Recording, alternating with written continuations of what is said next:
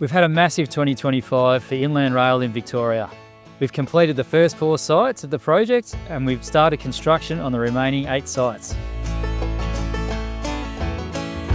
The 2025 September possession, we're going to see the project move forward really quickly.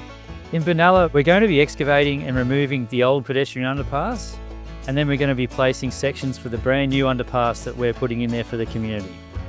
At Tallarook and Seymour, we've established site and we're preparing to ramp up construction, ready for the next phase of works. We've established ourselves at Broadford Wandong Road. We've undertaken utility relocations and we're about to get started on over 50,000 cubic metres of earthworks. We have 3 sites in Broadford.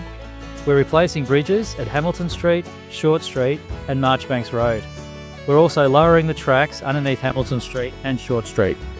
In Euroa, there's been some big changes on the site.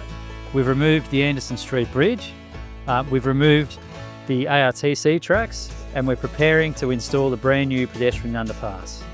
Our possessions are really exciting. We get to shut the railway for 60 hours, and we get to do that twice a year. This allows us to get onto the track. We bring in a whole range of people, a whole lot of different machinery, and we get to do a lot of work to progress the project in a very short space of time.